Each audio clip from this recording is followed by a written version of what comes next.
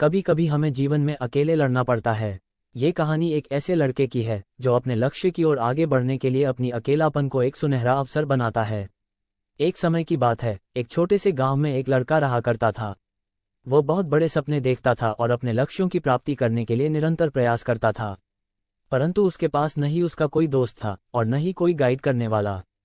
उसके परिवार में भी उसके सपनों को समझने वाला कोई नहीं था, इसलिए उसे लगता था कि वह अकेलेपन की जंजीरों से कब बाहर निकलेगा और अपने सपनों को कब पूरा करेगा। फिर भी उसने निरंतर प्रयास किया और अपनी आत्मविश्वास की आवाज को बुलंद किया। उसकी इच्छाशक्ति और संघर्ष ने उसे सही दिशा में आगे बढ़ने की शक्ति दी। एक दिन उसे अपने गांव के बाहर एक लाइब्रेरी पुस्तकालय का पता चलता है। वह आश्चर्यचकित हुआ क्योंकि उसे पहले कभी ऐसी जगह नजर नहीं आई थी। धीरे धीरे उसने उस लाइब्रेरी पुस्तकालय के दरवाजे पर कदम रखा। वहां जाकर उसने देखा कि लोग पुस्तकों के बीच खोए हुए हैं और वहां की शांतिपूर्णता और ज्ञान के वातावरण ने उसे संतुष्ट कर दिया।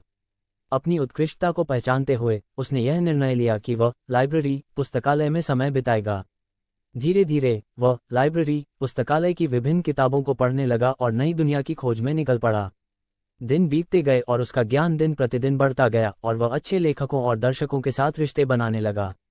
इसी के साथ उसने लिखने का भी मन बना लिया। उसने कई लेख लिखे जिसमें से उसका एक लेख प्रकाशित हुआ और उसे अवसर मिला अपने लेखकीय कौशल को दुनिया के सामने प्रदर्शित करने का। वो लड़का जो कभी अपने अकेलेपन को एक रुकावट समझ रहा था, वो अब एक प्रेरणादायक उदाहरण बन चुका है। लोग उसे इज्जत देने लगे और वो लड़का अपने लक्ष्यों की ओर अग्रसर होने में सफल हुआ। इस कहानी से हमें ये सीख मिलती है कि अकेलापन को एक सुनहरा अवसर बनाने के लिए हमें संघर्ष करना पड़ता है। हमारी संयमितता, समर्पण और मेहनत हमें अपने लक्ष्यों की प्राप्ति की प्रति आगे बढ़ा सकती हैं।